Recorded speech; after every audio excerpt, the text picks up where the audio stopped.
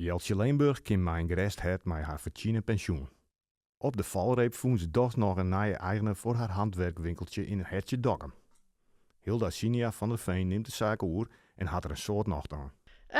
Nou ja, ik ken Jeltje, haar familie eigenlijk al heel skoft. En ik hier begin januari zie ik direct in de West, toen het krek bekend werd.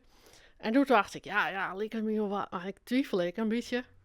En later had ze me toch ergens over de streep plotsen. Ik ga een heel moeilijke periode achter de rug. Ik ga 2 jaar zonder werk zitten vanwege gezondheidsproblemen.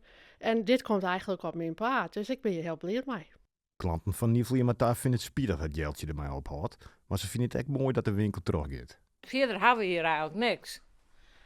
Dus de opvolger die wens ik een protte succes. En het komt wel goed, dacht ik. Er wordt wel iets verloren, maar het blijft in feite hetzelfde als nu.